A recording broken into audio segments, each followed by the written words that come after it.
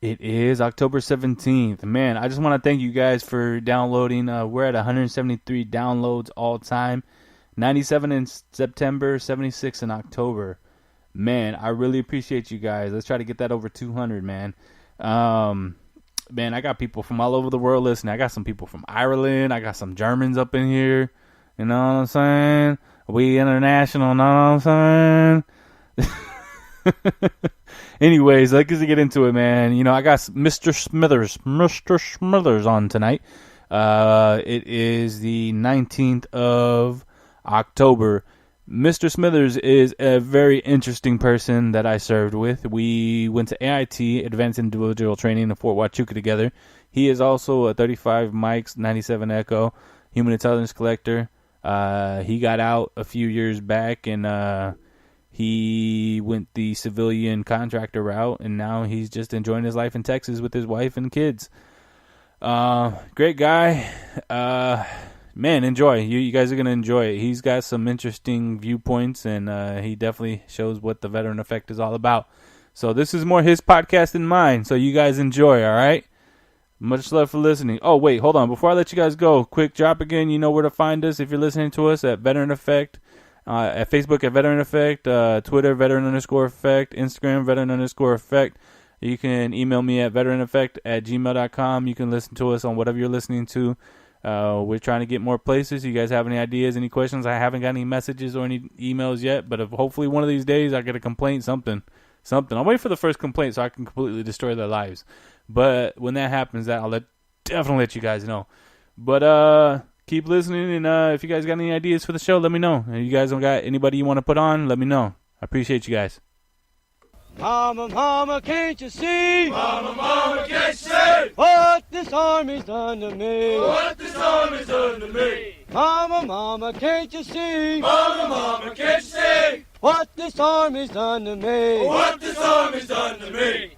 Good evening, everybody. We are now live with your host, Francisco Valencia, and this is the Veteran Effect. With my guest today, Mr. Smithers. Mr. Smithers, why don't you tell everybody your name?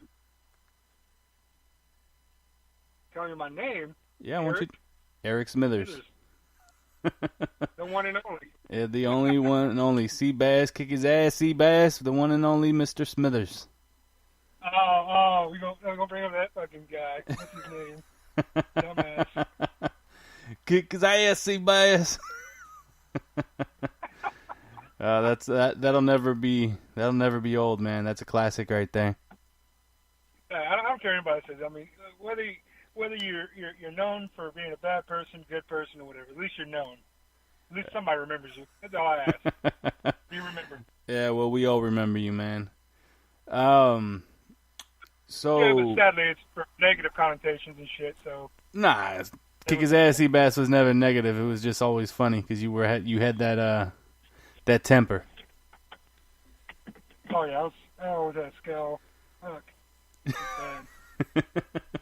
So let's jump into the questions. We'll get into your topic. All right. When did you join?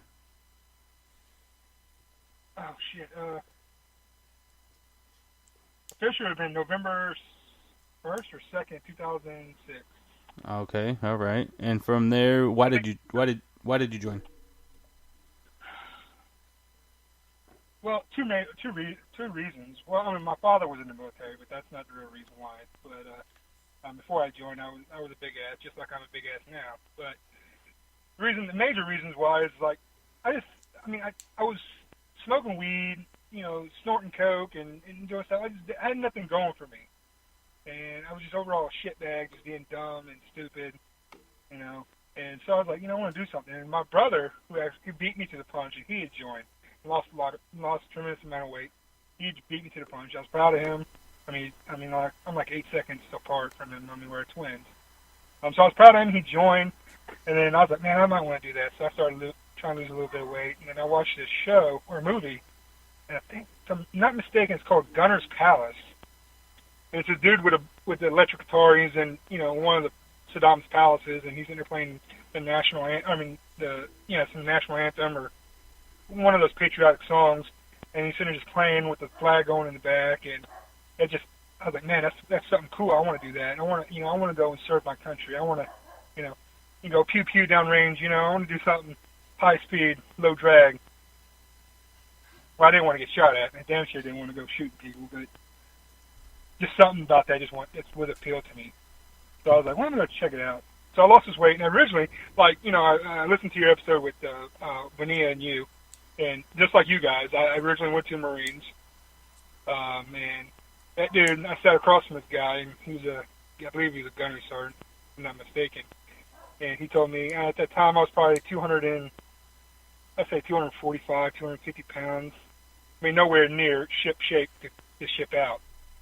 He looked at me, he's like, it's going to take a lot of work, but, my honest opinion, I was like, yeah, okay, me being, doe-eyed, nobody.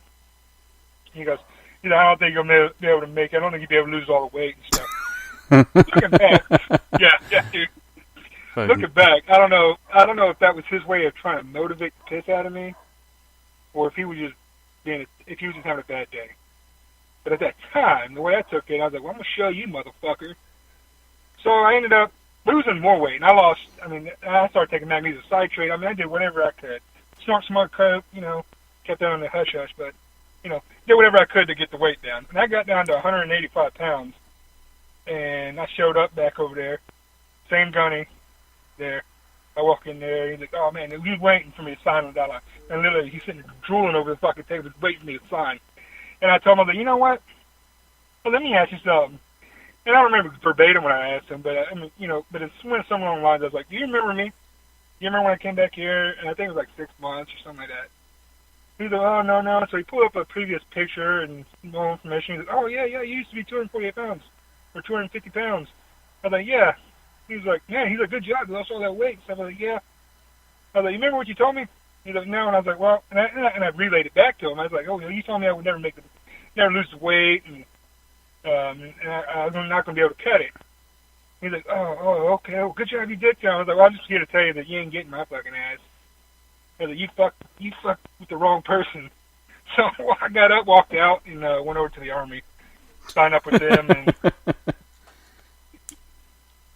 make a long story short, I got the MEPS, took the ASVAB. Just a side note, I took the ASVAB back in high school, and I scored pretty damn good on it. Me, dumb hick, don't know, ass from hole in the ground, really. But I scored well enough to where probably about a couple weeks later, I had the Air Force recruiter calling me. Oh, well, yeah, if the Air Force calling you, you're good. Yeah.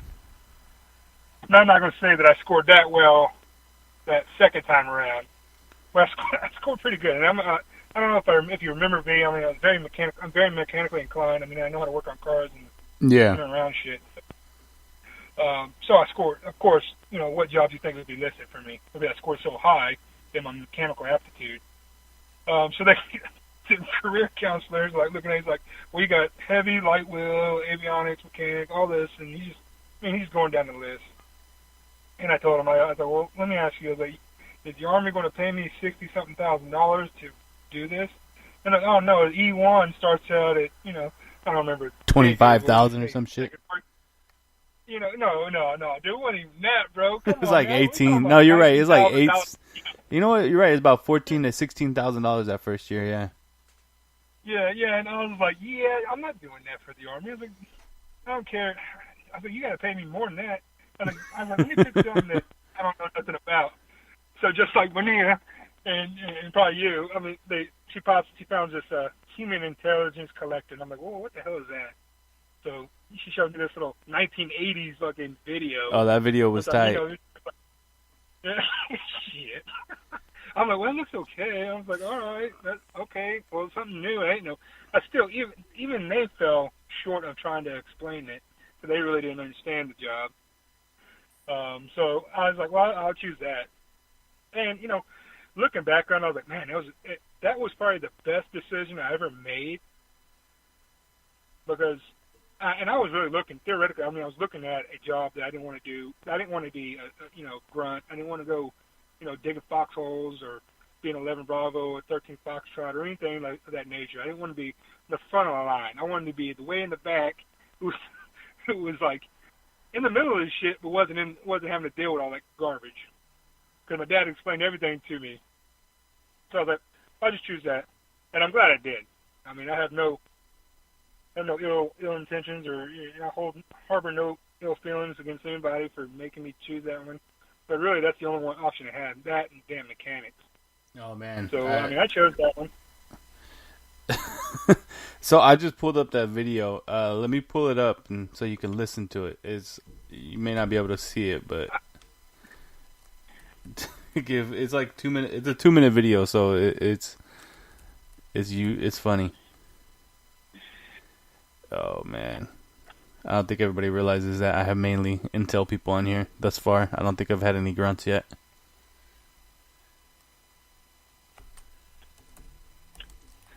Well, I mean, and there was some. I did go through some.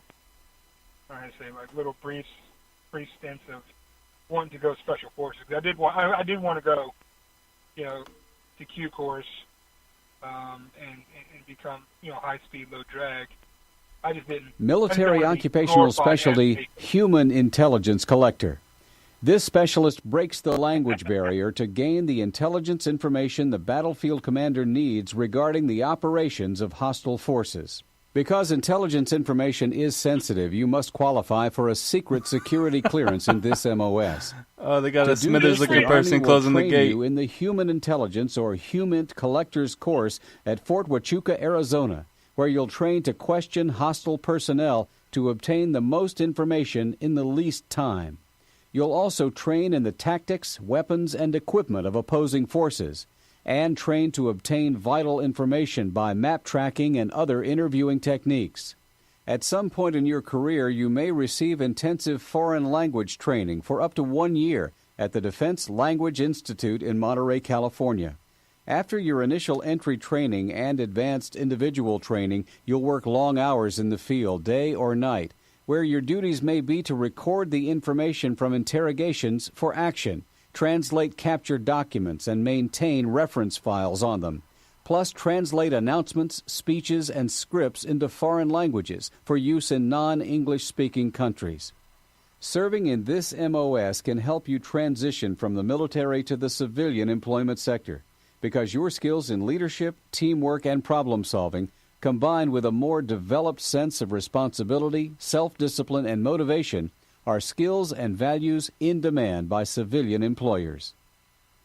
In this MOS, you break the language barrier to gain critical information the battlefield commander needs about hostile forces. I wish you could see this, man. Military occupational specialty, human intelligence collector. So that last part, he's conducting interrogation, right? And let me paint the picture for you. So there's an interrogator and an assistant, I guess you would say, on one side of the table. Then there's the person being interrogated. As they pull the camera back, there's a soldier with his left hand on the detainee's shoulder, and with his right hand, he's holding his rifle up in the air. Could you imagine that?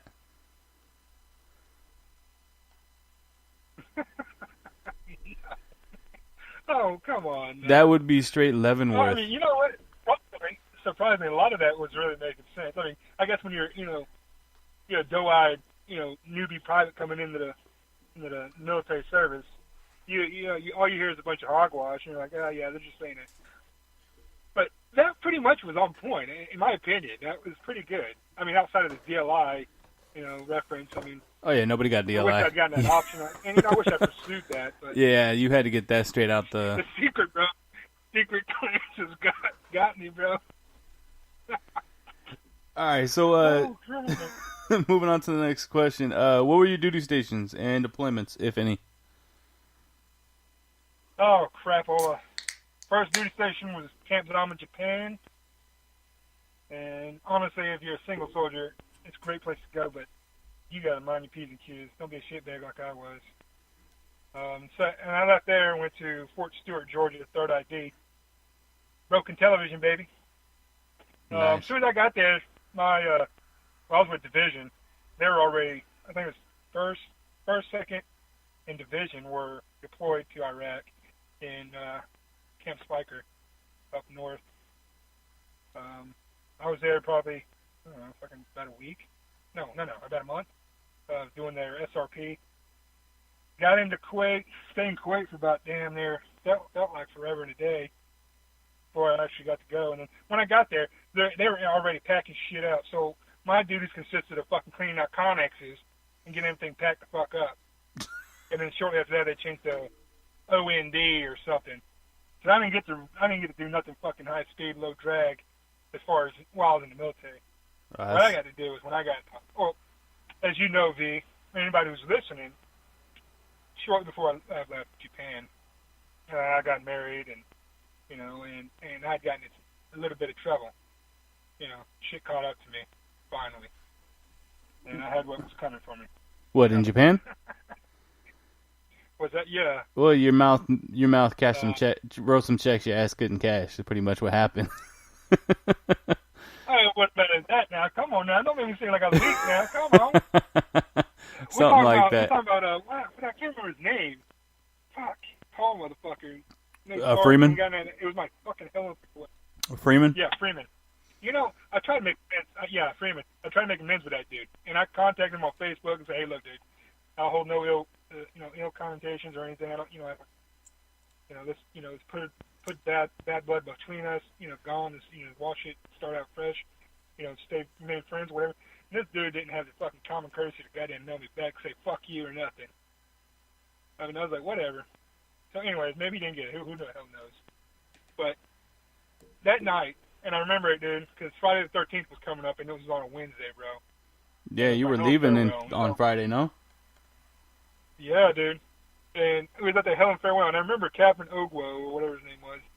Serious business. Brent came up. Brent, dude, I thought Brent was my friend. But I don't know. Anyways, this dude made that fucking toy gate, and he put on the bottom, the little inscription says, get it before the hair does. And I don't know if anybody understands what the hell that fucking means. What'd he say? But it's basically, get it before the hair does. Well, why don't you go ahead and explain what that means? understand? Why don't you go ahead and explain to people what that means? It's basically saying, I don't know how to explain this to keep it, Dude, semi-mature. And who nobody gives a fuck. This is a veteran effect. Does you say what it is? Yeah, okay. Basically, it's calling you, saying you act like a fucking pedophile. Bang that chick before she hits puberty or before the hair grows. Yeah, it's a bit for your going away present. That's pretty. Yeah, it's pretty fucked up. And so yeah. I'm already drinking, and anybody who knows Smithers knows that when you get a little drink in me, I turn into a fucking real asshole, dumbass. A little drink when Smitty, he turns real shitty. That's why we call him Shitty Smitty Itty. Hey, I thought I'm having fun, okay? That's all that matters, as long as I'm having fun. So, anyway, that just set the tone the rest of the night, and it just fucking started spiraling down here. And that's when the shit just really hit the fucking fan as far as, because I was already, I don't know if you remember, I was already a specialist P. I was, going to get my stripes soon, hopefully when, if I made points. Yeah, you were and promotable. that just stopped that right there in the fucking butt. Yep. After that, dude, I took to the... They busted you down, didn't they? They kept you and then they busted you down, no? Oh, yeah, dude, that shit happened in, November when I was supposed to leave.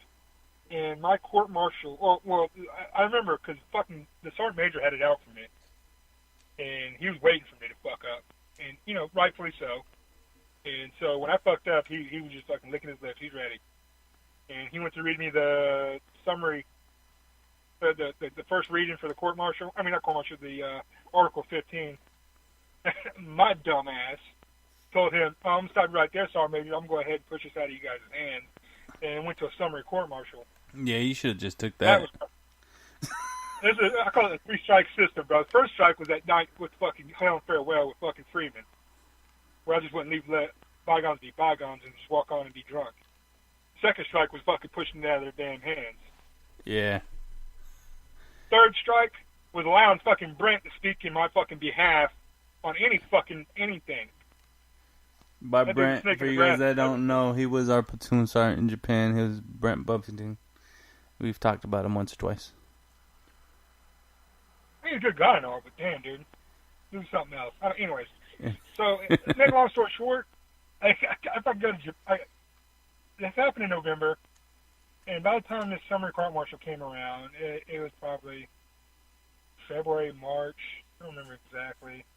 And it didn't go as planned, and I got reduced down to E1 and 2/3 of 1 month's pay for 3 months or 2 months, and that's when the shit just really hit the fan. And that's ultimately that's when I decided I was like, okay, I'm getting the fuck out. I'm not going to sit here and do this anymore, because I basically, I showed my ass and they got slapped. That's what happens. So I left there, and I originally had orders, bro. And originally when I was leaving Japan, I was going to 10th group. I was getting 10th group on the condition that I was going to go and make sure, because I don't know if you remember, dude, I could run. Yeah. It wasn't Bonillo fast. I mean, I can run and hold my own. You were like an ugly-ass gazelle. You were like an ugly-ass gazelle. Hey. I could try catching it. Come on now. Hey, I'll give it to you. You could run. Not anymore, bro. Have you seen me? This Nah. fuck ain't moving nowhere. Same here. But anyways, so it didn't go planned, and I ended up, I came down to orders for Fort Stewart, 3rd ID, and I went to Georgia, got there, went to Iraq, being flagged the whole fucking time for being overweight and not pass the PT test, and I was told, the first sergeant came to me and was like, and during that time I was supposed to get my TSSCI, the clearance issues, trying to get our clearance stuff, and I was basically still being a shitbag then, and, I told him, I was like, I'm out, I just want to get out, and it wasn't until probably about 2-3 months later, or not after that, but 2-3 months before I was supposed to get out, because I got in Fort Stewart in October, and we were back in February. Beginning of March, back in Fort Stewart from Iraq, and I'd say July. July was my effective when I went on terminal leave. So that time frame, probably about 3 months prior to that, is when I was like, you know what, maybe I could still stay in, and I started working with the first sergeant and everybody, and trying to get. By that time, damage had already been done in Japan and in Fort Stewart. So my clearance, the date. This is something else. The day I got out or went on terminal leave, the day I was notified that my adjudication was suspended, effectively saying I had no clearance. So during that time, good thing I had plenty of leave saved up, because I was still effectively still in the Army until the last day of leave. And I was able to work with the master sergeant there who would PCS to Fort Gordon to get my clearance fixed and everything, and send letters of saying, hey, he did a 180, totally, during that time he was there, he tried to make efforts to stay in and do this, and make long story short, I got my clearance adjudicated, so I effectively got my TS. Okay. So as soon as that happened, I got out. As soon as my last, say about a week before my last week of terminal leave, I got picked up with, I don't remember. I think it was L3 Stratus was the name of the company at the time. And I went back over to Iraq, and I was there for some odd time. And then I just started doing contract hopping. I went from one contract to another, to another, to another. And I went from Iraq to Afghanistan, to Iraq to Afghanistan. Okay, so you saw the civilian side of it. Yeah, so a majority of the time I stayed in Afghanistan. And I was down with the Marines in Helmand province. And I remember the day, I won't forget this day, it was April 7th of 2013. I wake up in this bee hut, or trash tent, and I go up to the NWR like I do every morning to talk to my wife. And that's when I notified that my cousin, who was in Kandahar, who was with 3rd ID, 1st Brigade, was blown up, and he was killed. Damn. Yeah. My heart goes out to them, man. So that's whenever everything started really coming to realization. It was like, well, that was when it really everything hit me then. Yeah. Iraq, Afghanistan. I was like, damn, there's like shit's nothing to be playing around with. Nah, it's no fucking joke. So I can't. So the same thing. I just basically I was probably there for maybe another month. I finally ultimately came home and was doing my thing, but. every fucking time I went back over, or whether I went to Iraq or Afghanistan, you leave a little bit of something of you there. Yeah. And you come home, and you look down, and you're like, damn, something's missing. You feel empty. You feel something's missing. And you go back over there searching for whatever the hell you lost, and you'll never fucking find it. Yeah, it's a piece of your humanity. But, I wouldn't trade it for the world. I mean, I met a lot of cool people. I met a lot of awesome people. I met you. I mean, I know that our beginning, when we first met, it was pretty rocky, dude. I mean, I'm not gonna we lie. tried to fight each other a couple times, I'm sure. Yeah, I mean, but I think it was just difference of opinions, and I'm a stubborn individual. Well, you was an asshole, and I was a dick, and we always had our opinions, so we always argued. I think the day I started like respecting you and really like saying, okay, well, this guy's, and start listening to him a little bit more, was the day that Brent made us fucking do that damn combative bullshit, and I pulled that armbar on you. Oh yeah. No, I'm like, okay, you wore my ass out. Hopefully, I wore your ass out. Yeah, that was I got fucking tired of having a fucking fight to go home. Oh yeah. And I think you were my second. I think you were my second match because I lost the first. No, I was your second match. Oh wait, what was it? I don't remember. But yeah, you ended up pulling an armbar on my ass. That was lucky, dude. That's all I'm gonna say. I was just fucking lucky. Yeah. I guess because the only one in that section had gone through level 2 combatives or what have you, and I'm like, this is bullshit. Yeah. So he was trying to go in board. I'm like, I ain't about that. But looking back on Japan, I mean, I had a lot of fun. Met a lot of great people. Laid a lot of pipe. But Yeah, you were young, dumb, and full of cum, so ended up getting a baby in the bed. It's bad when you wake up and you look over, you're like, holy shit, why the hell am I in bed with this? Yeah, I'm sure they were saying that every day they saw you. Hey, you know what? I don't care. Hey, at least I got that willy wet. That's all that matters. Yeah, man. So let's go ahead and jump into the topic today, man. Since you're talking about getting your willy wet, let's go to your favorite person who loves to do that. Let's talk about your boy Trump. Hold on. Oh, shit, my boy, my ass. Let me, before we start, I know this shit's already started, but I just want to put this out. I just want to say, Smith, you listening? Dude, I'm proud of you, girl. You fucking making moves. I'm proud of you. Smith? Look up to you, girl. Yeah, Smith, remember? Admin? Oh, Shantavia? Yeah. Oh, yeah, man. Hopefully she listens. She should be... She about to get an she's, MBA.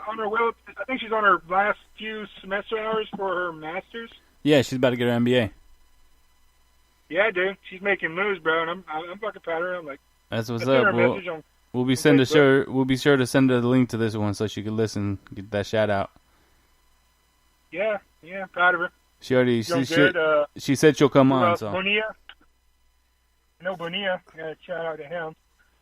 This guy, man. You got to say their first names, man. You got to say their first names. You know the last names. You got to say the first ones too. Okay. Jose Bonilla. Who else was there? Oh man, damn! I had a list of them. I just didn't bring with me. I knew who I wanted to talk. You sure you got to say Mac? The whole fucking Japan gang. That's it. You know who you are. Just a shout out to you. Probably keeping it low key. Smithers is a changed man. I'm gonna say that right now. I'm a changed man. I'm not dumbass no more. I mean, I got educated. There you go. But I will say this, V, and then we'll start about fucking on Trump's ass. And I'll say this: had I met my wife early on in Japan, or gotten married before I went to Japan, I think it would have been a totally different story. I mean, I wouldn't have been, the Smithers you guys all know, love and well. So I think that looking back, I kind of wish I'd gotten married and became a father and husband early on. So I think it would have been, I probably still have been in the military, just like Bonilla and whoever else is still in it, But yeah, man. What? Here nor there, and I won't trade those experiences. Yeah, well, no worries, man. We loved you. We loved you for the shitty smitty idiot you were, man. So if we loved you at your worst, we're gonna love you at your best. So, Trump, man. Trump, dude. Yes, I voted for this motherfucker. Remember we had discussions about this, and you asked me my opinion on him, and I told you he was Well, he was an interesting character, to say the least. He was a fucking shitbag, Burley. But, yeah, and here's the method I looked at it. Whenever the two candidates came up, it don't matter if it was Hillary or if it was fucking Sanders. None of them motherfuckers were going to get my vote. I don't give a fuck. You can give me this shitbag. And I didn't really like Obama too much, but Obama, out of the fucking four of them or three of them, was a better candidate. And yeah, he's not allowed to serve another term, but I would gladly have chosen his ass over Trump or any of the other ones. That's for sure. But the choices were Clinton or fucking Trump. And I damn sure wasn't going to vote fucking Clinton. Well, Either way, it was like you get diarrhea or explosive diarrhea. Well, shit, either way, so what the fuck does it matter? Yeah, so, I mean, I choose, in my opinion, do I think that the dude's, like, racist or has bigotry? Well, yeah, but here's the reason why I think he is the way he is. The dude was spoon-fed growing up. Fucker had it, he had everything really afforded to him. He didn't have to really work for it. Granted, he created a fucking empire on his own, but he was not like me or you, V. He didn't fucking have to deal with the shit we had to deal with and the low, the fucking, the scum of the goddamn totem pole here. So he had everything afforded to him, so he has this seniority, superior complex about him. And I think that's what drives a lot of his decision-making skills, and what drives him as a human being is that he's an arrogant, cocky son of a bitch.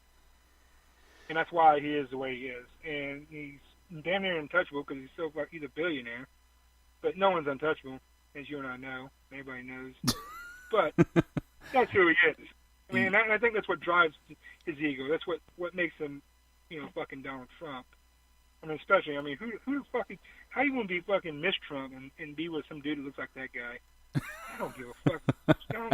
Damn, dude.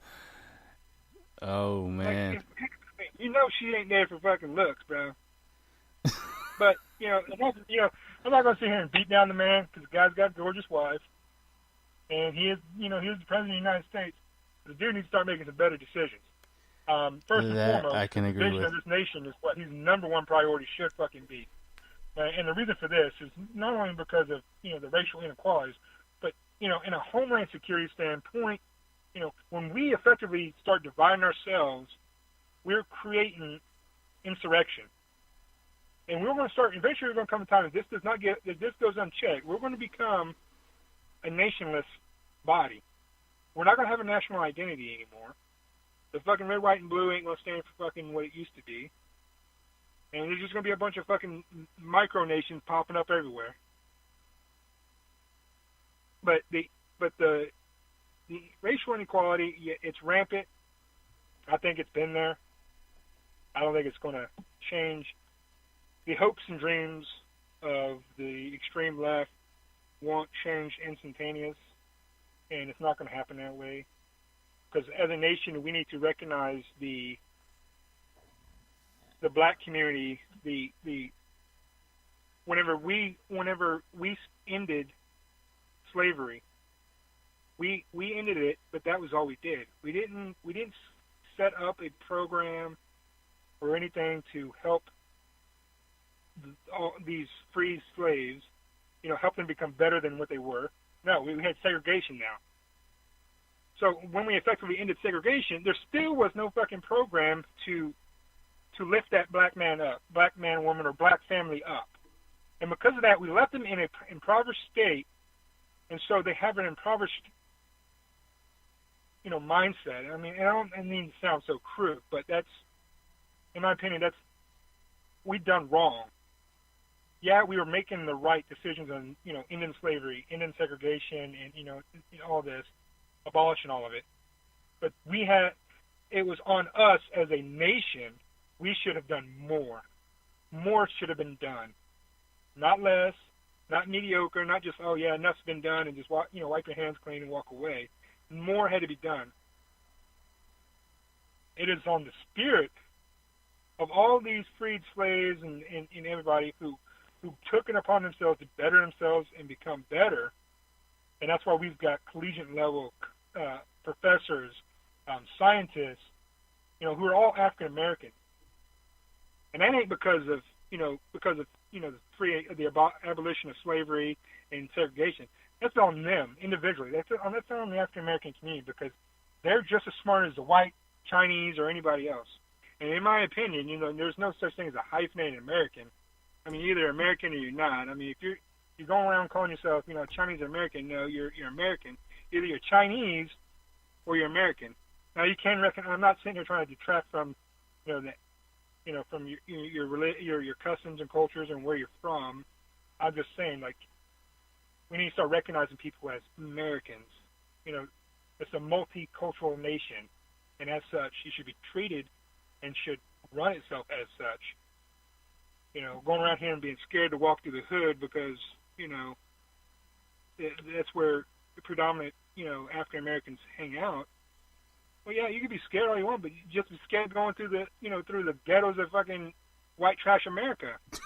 I mean, if I'm walking through a damn trailer park, I'm scared to get bit by a damn pit bull. Get him, Cletus! Yeah, I'm scared the damn trailer's gonna blow up from fucking meth. Hey, you never know. Fucking Breaking Bad all over the place. It doesn't matter, man. I mean, because, you had the mafia, so the Italians. So we're going to lump everybody in here now. I mean, because, there's bad apples in every fucking group or society. I mean, cliques, man. Yeah, I definitely can agree with that. Yeah, so you can't sit here and gauge off of the actions of the few and place it on the whole, on the mass. Well, because what the actions of it does not dictate who the rest of them are. But that's what the media sensationalizes. That's what creates the story. That's Dude, what's up. You bring up media, and I know when Benio was on here, they talking about media, they're socialized, what do they call it? They're making everything big as far as like what was going on in Puerto Rico, in Las Vegas, and all these pockets of Charlottesville. Dude, I mean, everybody needs to understand the damn news agencies are what? When you really look at it, what are they? They're fucking businesses, man. Yeah, they're entertainment agencies. They're make money, dude. So whatever you want to hear is what they're gonna. Whatever you want to hear is what they're gonna fucking feed you. Yeah. For dinner, and they've got steak. They're gonna feed you steak to keep you going. That's true. true. They're gonna say and do whatever you need to do. Or whatever they need to do to keep you fucking watching and entertained.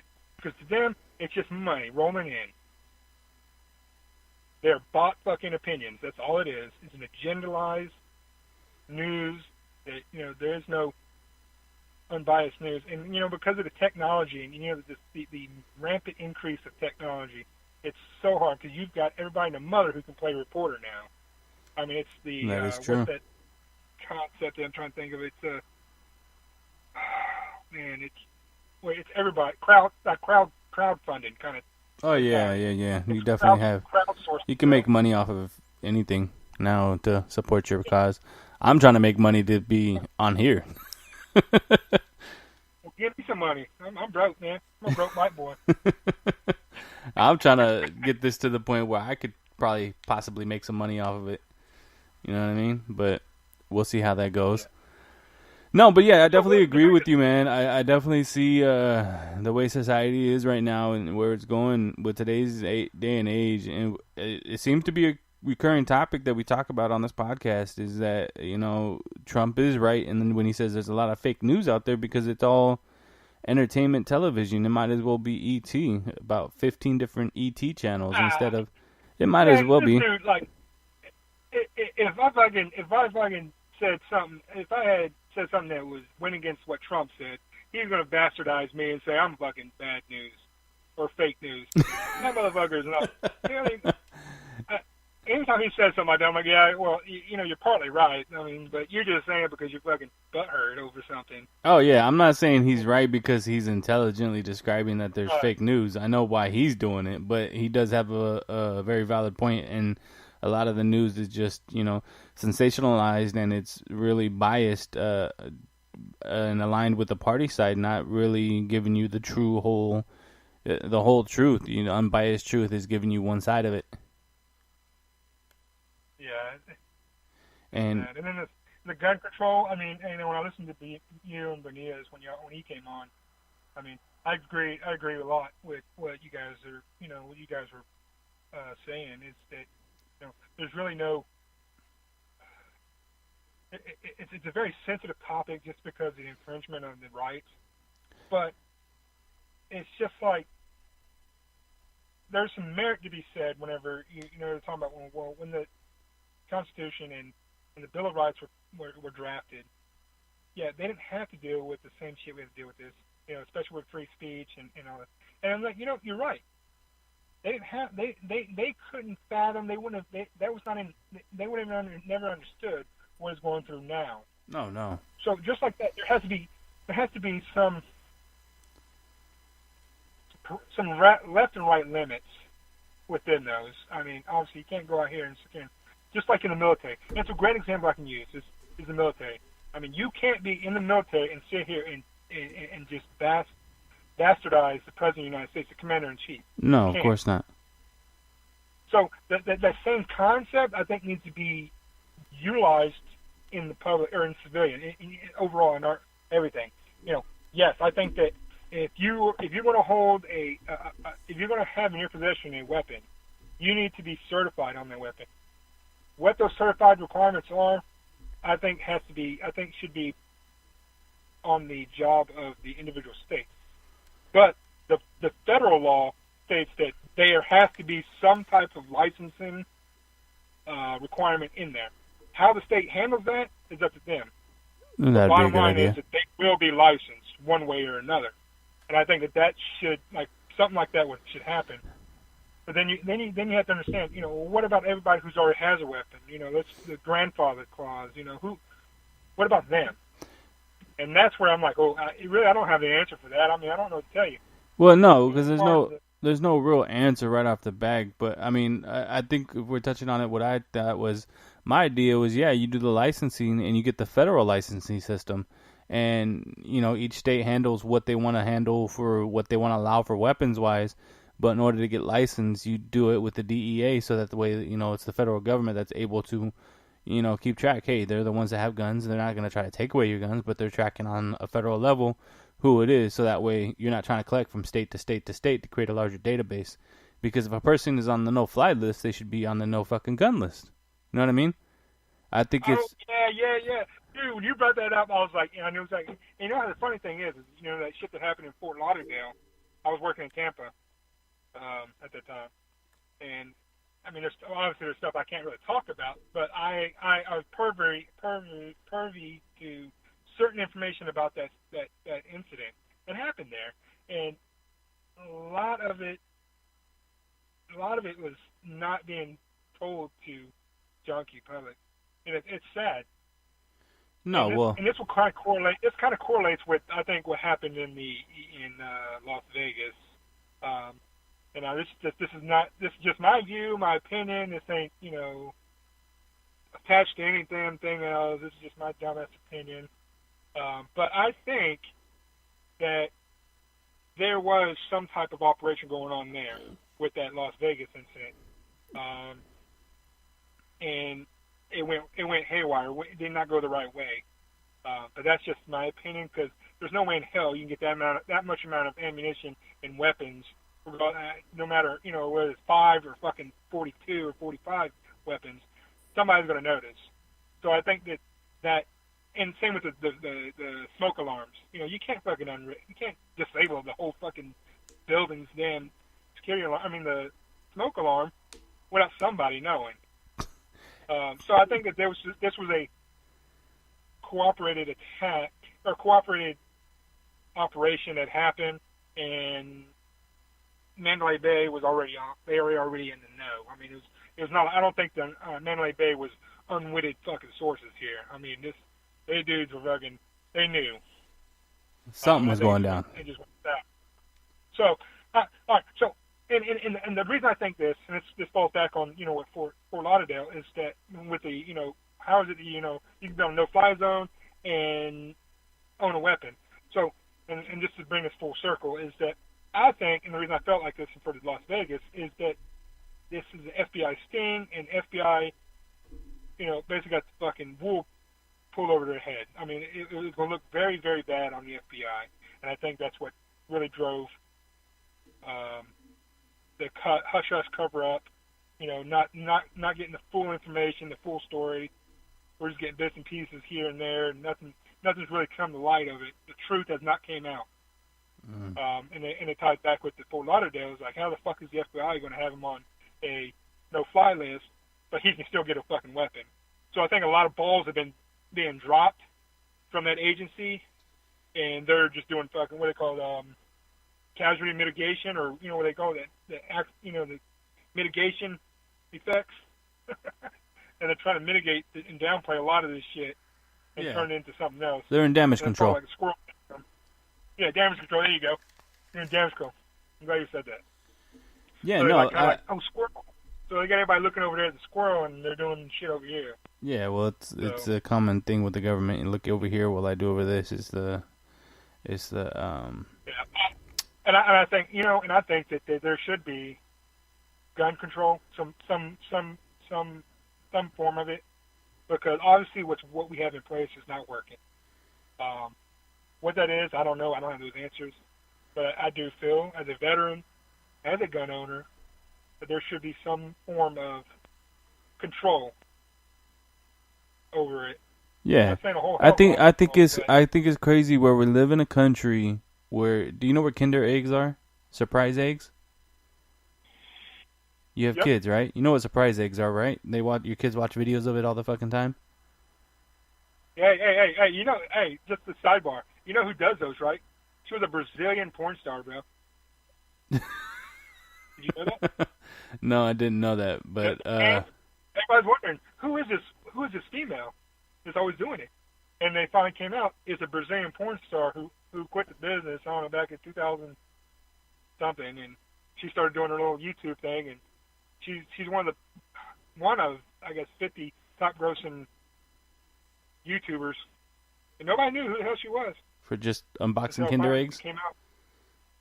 Unboxing chick fucking toys, Kinder eggs, and whatever else. Yeah, well, anyways, so these Kinder eggs, these surprise eggs, are illegal in the United States. You have to go to Canada or to Mexico to get them. You cannot buy them in the United States because they have a small toy inside that's a surprise, and people are afraid that, kids might choke on the toy. Instead, they'll just eat the egg and choke on the toy and die. So they're illegal. Right. So Kinder surprise eggs are legal, but you can get bump stocks.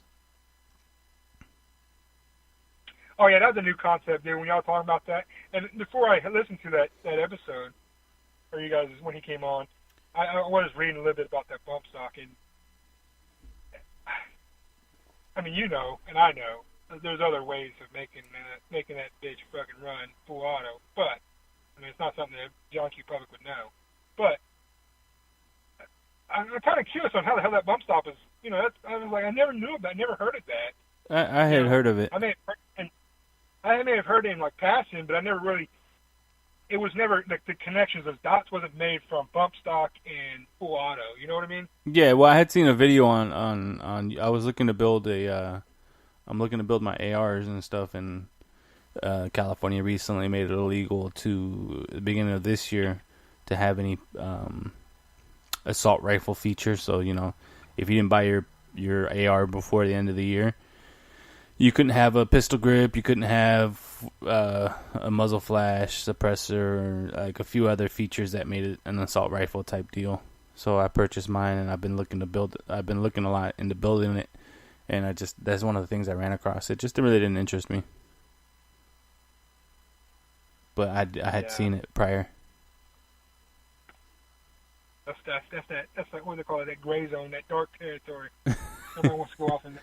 Yeah, it's one of those things. Well, it's not illegal, but I don't know. It's whatever. I don't really care. Like, I don't need. I'd rather it's more accurate when you're fucking single shotting.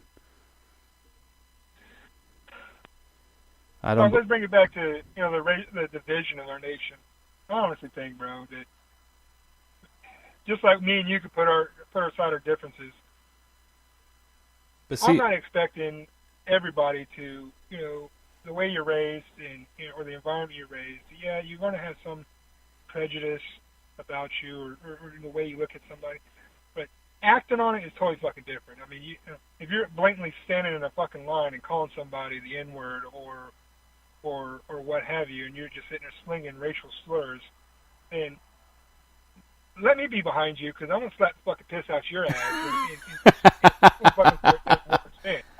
You know, because there's no need for that. I understand you can get frustrated and you know, names get called and shit.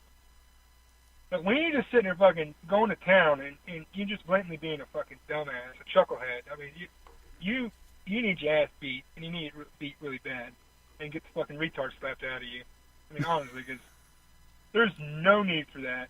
And I can understand, you know, shit happens. You know, you may say it, you not mean it, or it just come out, and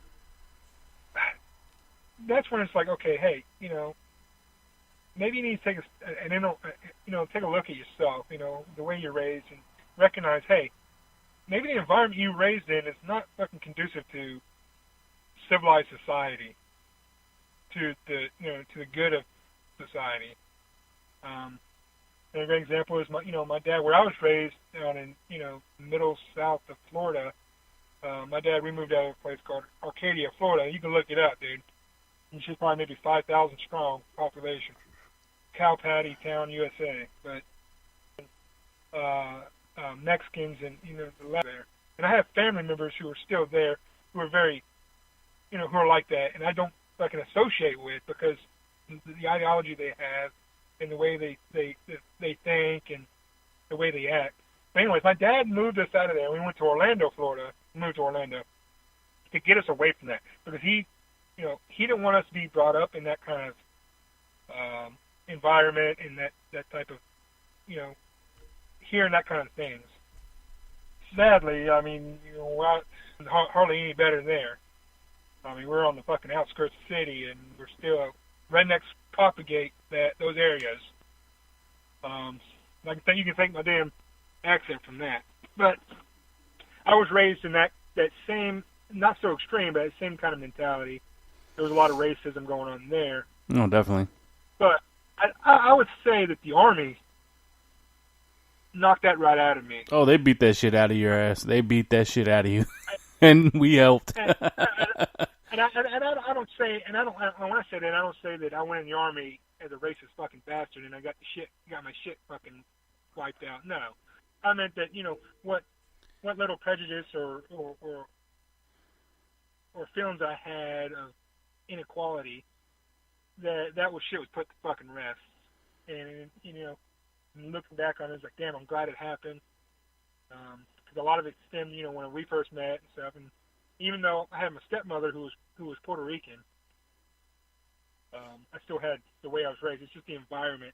I think that's a lot has to do with a lot of people and the way they act in civilized society. No, definitely. The way they're raised, it's the environment they're raised. You know, like yeah. you say, you know, it takes a village for a kid. No, and that's definitely that's the biggest thing. And I think that once you get older, the age of knowing, you need to start becoming a man or woman and understanding, okay, what does right look like and what does wrong look like? You know, obviously, you're going to do wrong, and nobody's going to fault because we're all human and we're all going to make mistakes. But looking back and saying, yeah, maybe, you know, the African-American across the street, he's no different than I am. Instead of sitting there holding this mentality of saying, he's inferior to me or what have you. That's just stupid. So that dude would bleed red just like I would bleed red. But see, He speaks English. Excuse me. I would take it farther.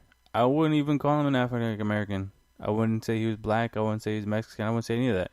I would just call him by his name, or that guy over there. I mean, honestly, well, you know, I'm sure now. I'm sure today now people are like, "Oh, you can't assume his gender," or whatever bullshit they're doing now. But honestly, I think race in and of itself is just how can I put this? You're right. You're right. You're right, bro. Because you know, it's sad because you know there's white babies who are born with two black parents. Yeah. So it just it's rare. It's better, but it's not uncommon to hear something like that happen. So to sit there and make a judgment off of the outward appearance of somebody is already wrong, because knowing that and having the intelligence to understand that genetics and the way biology works, that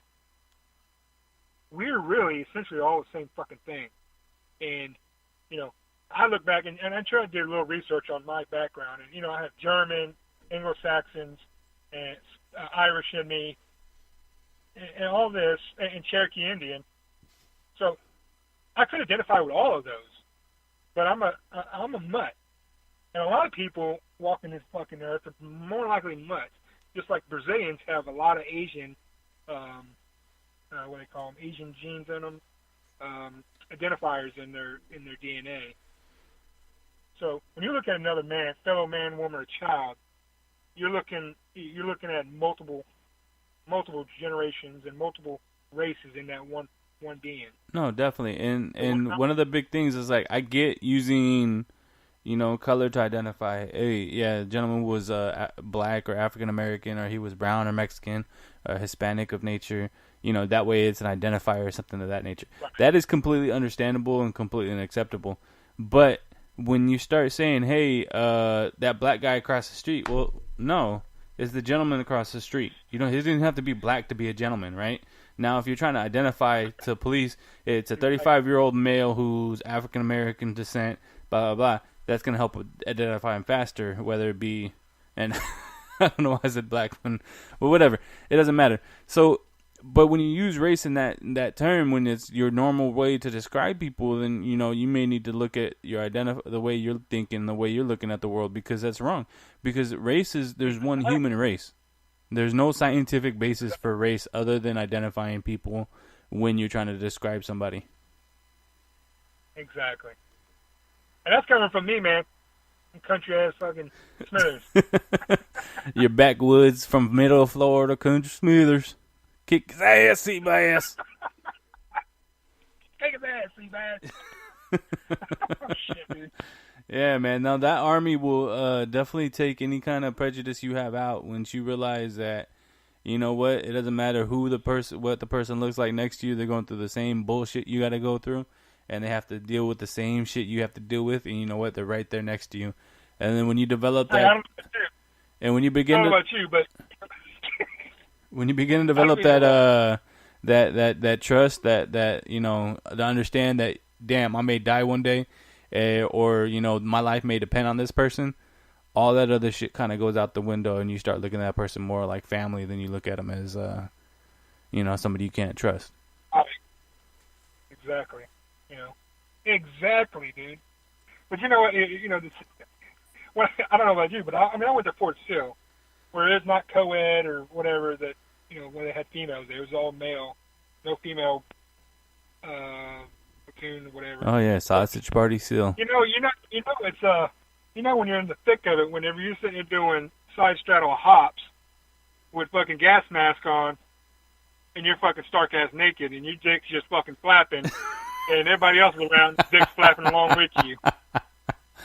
You know, it's fucking, man.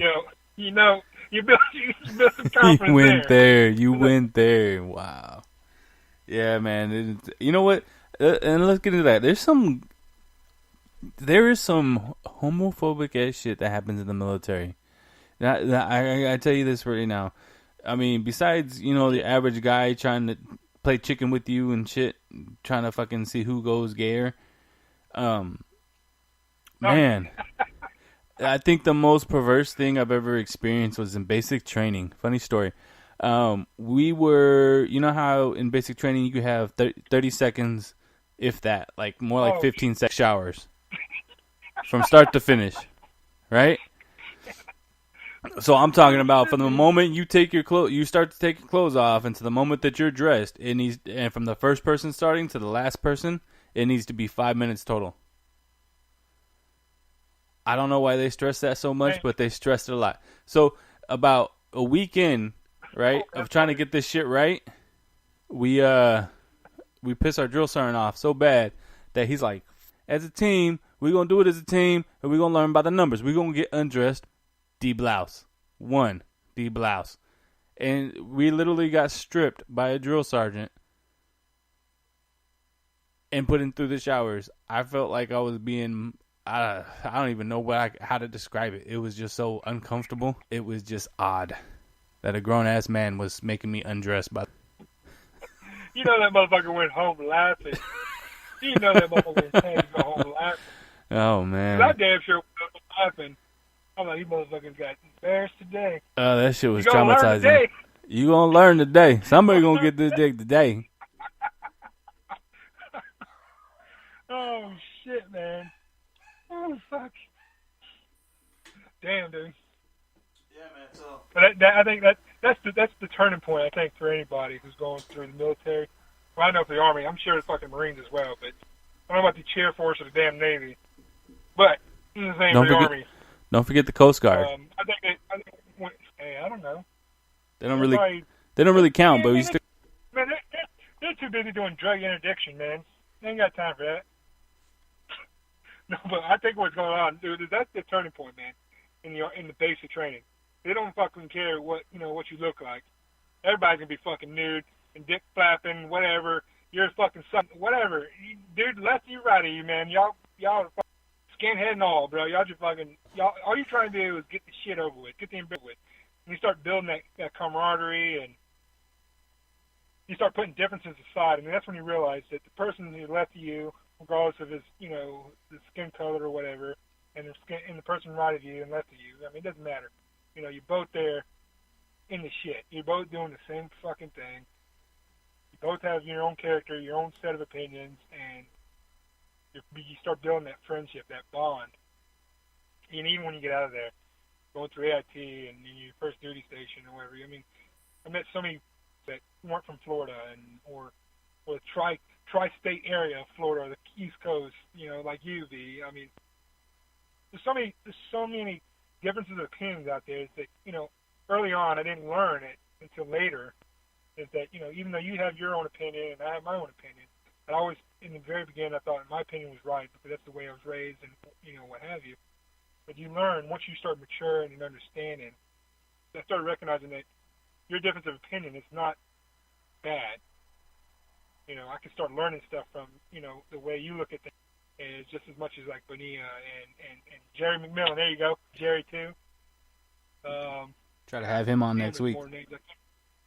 Oh, yeah. Before I fucking forget, dude. How you getting rid of fucking Rodriguez, man? What?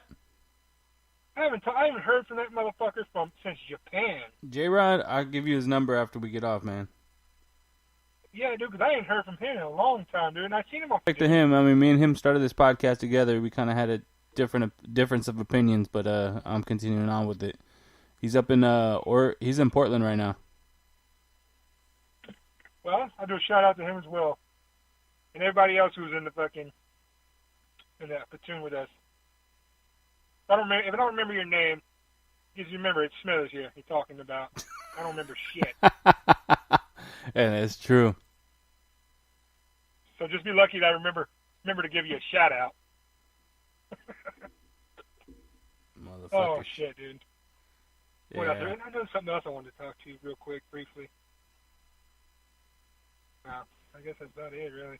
I know that I just wish that we can start coming together as a nation. Oh, real quick about that. They're here, who are walking around here with their fucking heart on their sleeves, bro.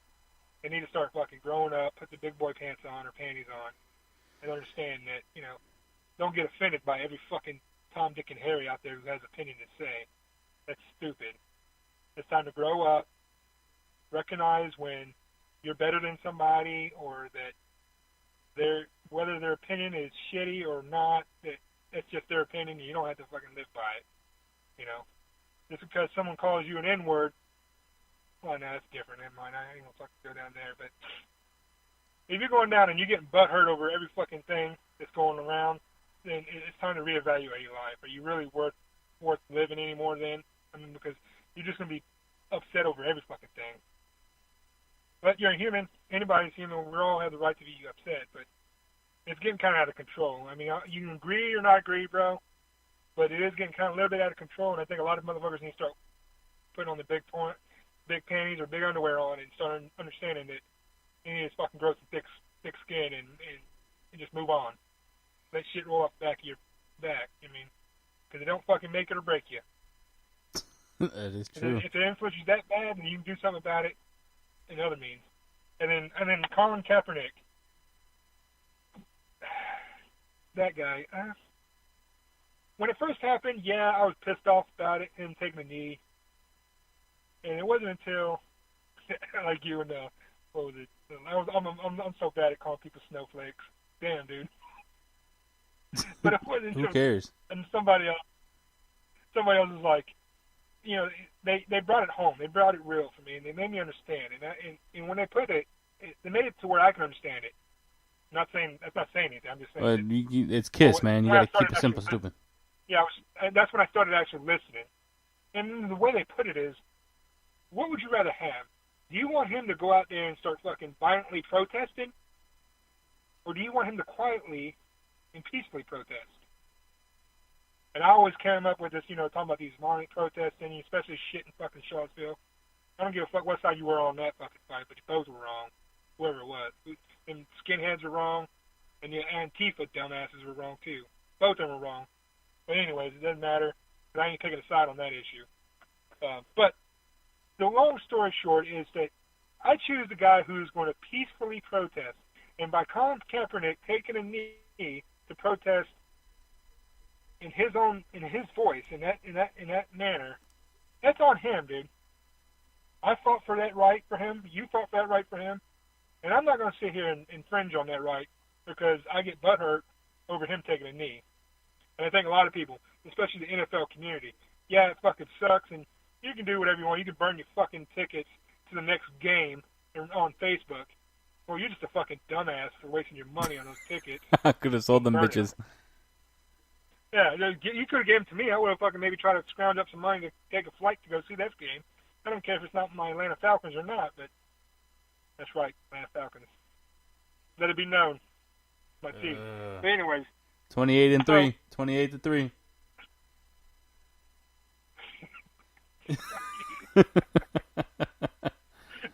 So, long story short, bro, I didn't like it that he did that, but it's a lot better than the other types of protests that went on. And I can respect the man for, you know, for doing what he's doing. And that's basically about it, dude. I mean, I can't really. That's my opinion on it. Yeah, it started out as a, you know, that I thought it was shitty that he did that, but I got educated. I understood.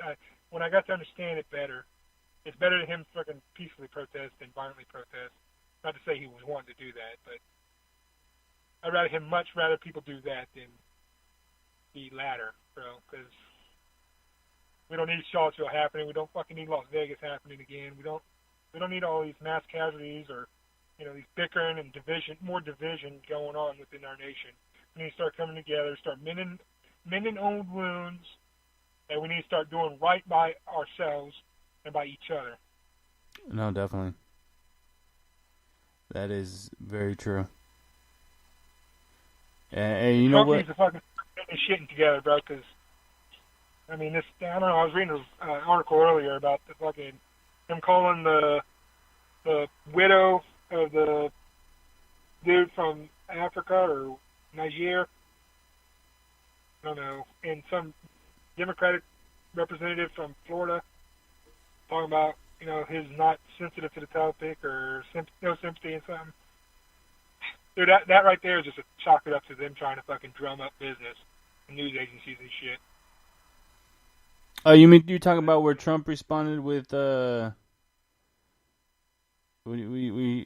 was it? What did he say? Let me see. Let me look it up. I gotta swear he said that like he knew what he signed up for to the widow. Well, yeah. Because apparently, I guess whenever those, I don't know how many it was. I'm sorry, I don't remember, but I think it was like 3 or 4 Army cats who passed away or were killed. I think it was Special Forces or something. Yeah, he said something like to the effect of he knew what he signed up for, but when it happens, it hurts anyways. When he asked about why he didn't call the widow of the fallen soldier. Yeah, I guess no. Apparently, I guess he had called her, and that's what he was saying. And I guess this fucking representative, congresswoman, was sitting there near her or whatever. She's crying, hysterical, and then now you got fucking Kelly came up there, the Marine. He came up there and he gave that little speech. And I don't understand. And honestly, I don't think the president should be calling the fucking widow or parents or whoever, because the military has its own SOP in dealing with that. Sending the person to inform them and what have you. And I think he should have left well enough alone. But going out on a limb and saying that he fucking had no compassion, no sympathy, well, obviously the dude had some, this is something going for Trump. I mean, obviously he had something going to have the notion to call somebody, call these widows or the parents or whoever, and relay some sort of sympathy, regardless if it's come across as rude or what have you, like this dude. Well, we're talking about Trump here, man. The motherfucker's not a... Yeah, I mean, it's not... Bush was better than his ass, so come on. It's not surprising. It's not surprising, but if you're going to make the call and that's your response, just don't make the call. You know what I mean? Like, he's right on a point. Yeah, I get it. I know what I signed up for. You know what he signed up for, But that kind of callousness, you're supposed to be the president. Yeah. And honestly, tell you the truth, V, I don't know if he actually did say that. That's basically hearsay from this congresswoman. I don't know what fucking went by. I chalk it up as these damn news agencies trying to drum up business, and it's just creating more ripples. It's just a ripple effect. It starts out small in the middle of the fucking lake, and by the time it gets to the shore, the fucking tsunami. I mean, shit needs to stop happening that way. We need to address that and say, okay, enough's enough. Okay, move on. That's basically about it, dude. Yeah, well, I mean, regardless if he said it or he didn't say it, I mean, the fact that it's even believable that he said it, it just kind of goes to show you that it's one of those things that, okay, and it's not like if they're just trying to attack him, whatever, okay, cool, I get it. But the majority of people that would hear that, if you were to poll people, I could almost guarantee you the majority of people would be like, oh yeah, he probably said it.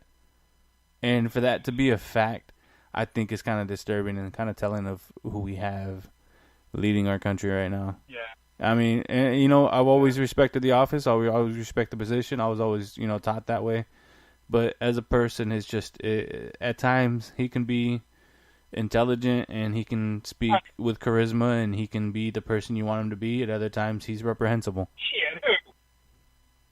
Fucking Trump ain't speaking with no damn charisma. Well, the speech the speeches that are written for him sometimes have a little bit of charisma to it. I'm sorry. I apologize, guys. I didn't mean to lie to you when I made that statement. I don't believe that shit for a minute, man. Fuck Trump. I don't give a fuck. He's a fucktard, man. He's a fucktard, and it really is bad that he. And I'm being honest when I say it's bad that I can sit there and actually believe that happens without even knowing anything. Like, that's not even the worst shit he's ever said or done. So that's completely believable. You know what I mean?